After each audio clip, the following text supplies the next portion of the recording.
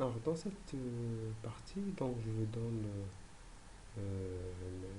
présente premièrement l'interrogation écrite numéro 1 qui a été donnée aux élèves de l'École nationale polytechnique première année, donc module statistique 2021-2022.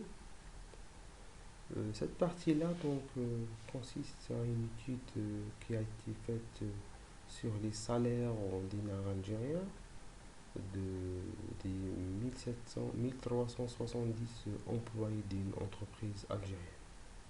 Les résultats étaient donnés comme suit dans le tableau ci-dessous, où on peut présenter donc la variable étudiée qui est le salaire qui est donné donc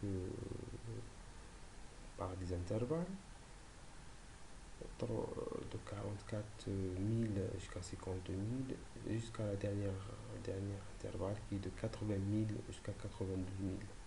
Ici, on remarque qu'on peut étudier, donc, surtout lorsqu'on fait des calculs avec la calculatrice, on peut faire sortir 10 000 en facteurs.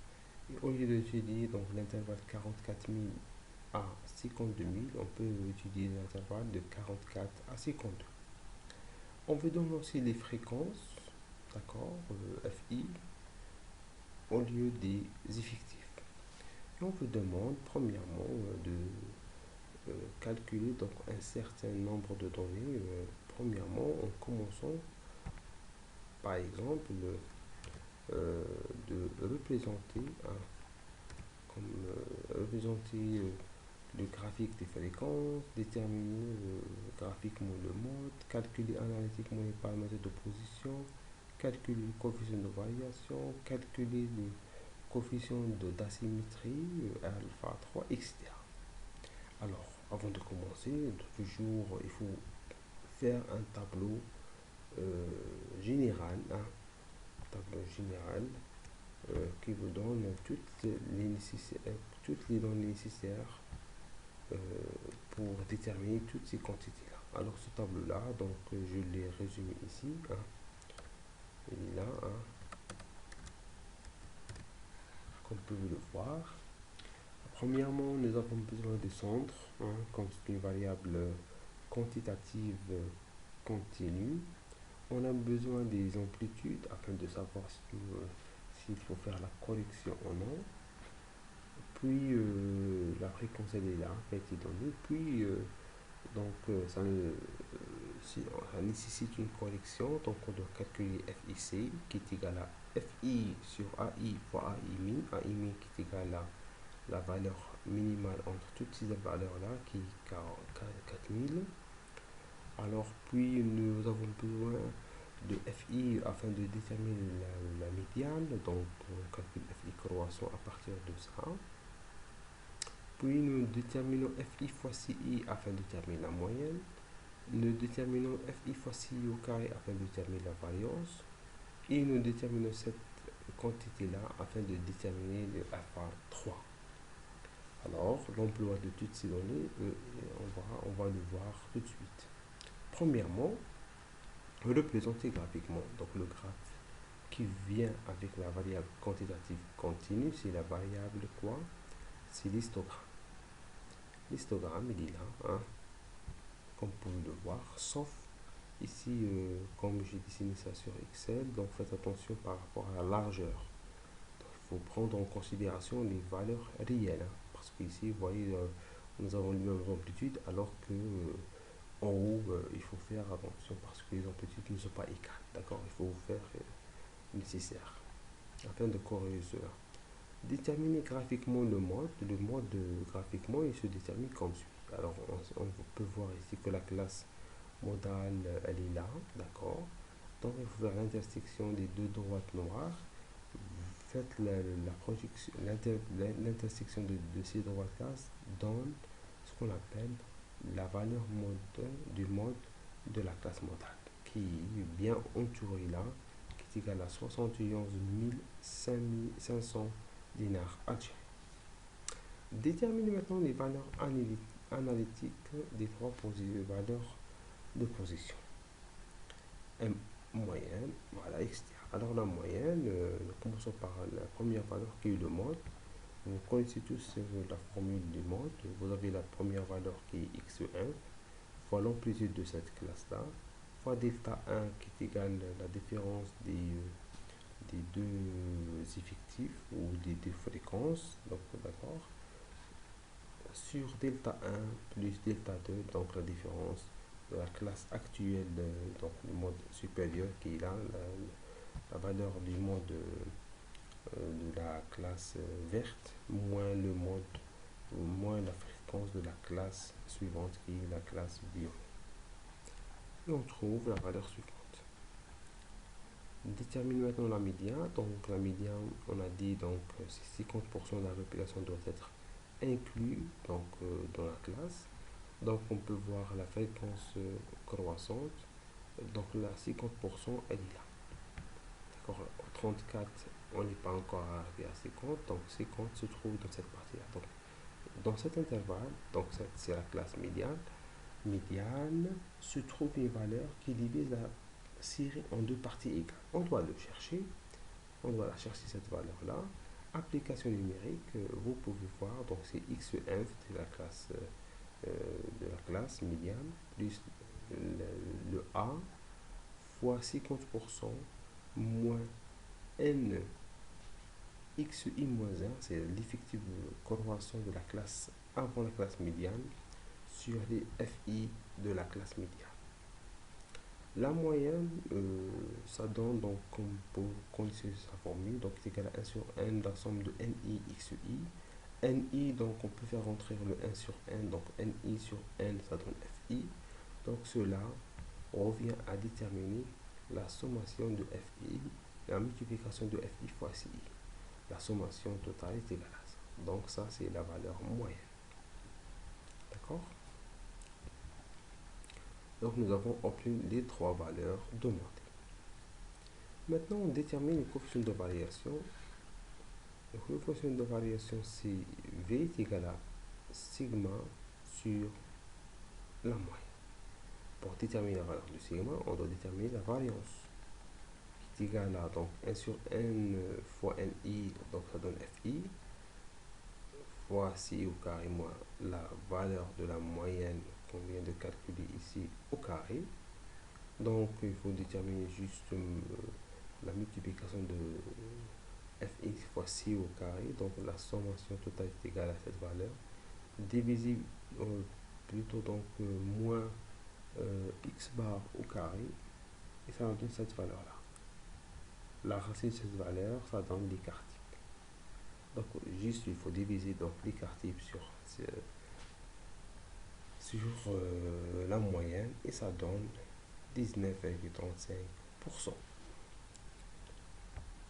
Maintenant, la question suivante. La courbe est allongée à droite, à gauche, si le coefficient suivant est négatif. Trouvez cette valeur-là. Tout simplement, il faut voir que cette valeur-là est égale à combien? Est égale à ni, on va dire, sur n, ça donne fi. Et il faut juste calculer fi fois ci moins x au bas au carré, au cube plutôt, puissance 3. Donc on peut voir que la valeur calculée ici, c'est une valeur, alors laissez-moi zoomer sur cette valeur-là. La valeur qui a été déterminée donc, dans le tableau suivant, elle est là, vous voyez. D'accord? C'est la somme de toutes ces valeurs-là. Puis on divise sur sigma cube, ça donne 0,16. C'est une valeur négative, donc la courbe elle est allongée à gauche, ça veut dire les données sont à droite. Alors pour faire un commentaire, il faut juste signaler deux choses importantes. À partir du tableau, donc vous déterminez que la plupart des salaires ont un salaire donc moyen. La plupart des salaires donc ont un salaire moyen et une minorité donc des salaires, leur salaire moyen et se trouve entre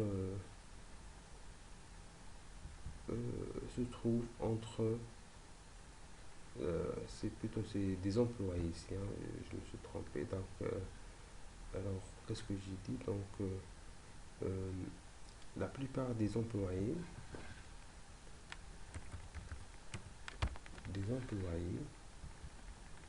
ont un salaire mensuel entre cette classe-là. Alors, la plupart, donc c'est environ 60, 56%.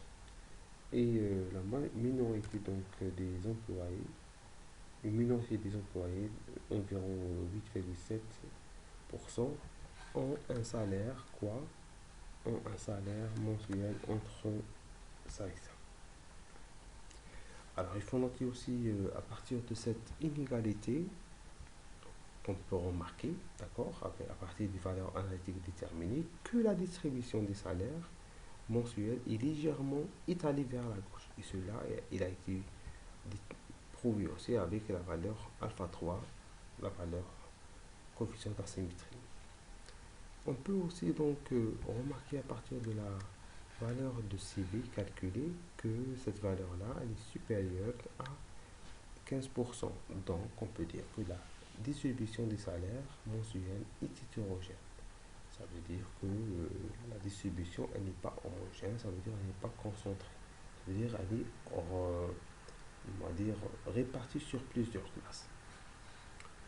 Alors, il vous a demandé aussi de déterminer, comment dirais-je, dans la sixième question, de salaire. Un syndicat a demandé l'augmentation des salaires de 16% et une augmentation de une somme de 1200 pour chaque employé. De combien va augmenter le salaire moyen? Le salaire moyen, donc le nouveau, donc on va le noter donc FY, donc il va augmenter donc de X plus 16% de X, ça veut dire 1,16x bar, le salaire moyen, plus une somme qui est égale à 1200. Alors, vous multipliez juste x bar avec 1,16 plus 1200, le salaire moyen est égal à 80 977 dinars algériens. Alors, dans cet exercice aussi, donc on vous donne une autre question importante qui est quoi? Donc, une proposition d'augmenter le salaire mensuel pour chaque employé de 6% annuellement durant 5 années. Quel sera le salaire moyen durant la 5e année? Ça veut dire chaque année, on va augmenter de 6% le salaire. Au bout de 5 ans, on va obtenir combien? Ça veut dire, on va supposer que le salaire initial qui a été donné, donc si x bar est égal à 68 777,73 dinars algériens, ou l'année prochaine, Z1 est égal à quoi? Est égal tout simplement Z1 plus Z1 fois 6%. C'est-à-dire à chaque fois j'ajoute 6%. Chaque année je dois ajouter 6%. Alors cela il peut être appliqué pour la première année, la deuxième année, donc la deuxième année est égale à cette fois-ci donc Z1 plus 6% de Z1, ça veut dire 1,061, ainsi de suite Z3, Z4, Z5. Donc le salaire qui m'a été demandé, donc que je dois trouver au bout de 5 ans, c'est 92 034,59 dinars algériens. Et avec cela, donc j'ai essayé de vous donner, on va dire, un résumé donc rapide, une collection type, on va dire, du corrigé de l'interrogation écrite numéro 1. Et bonjour.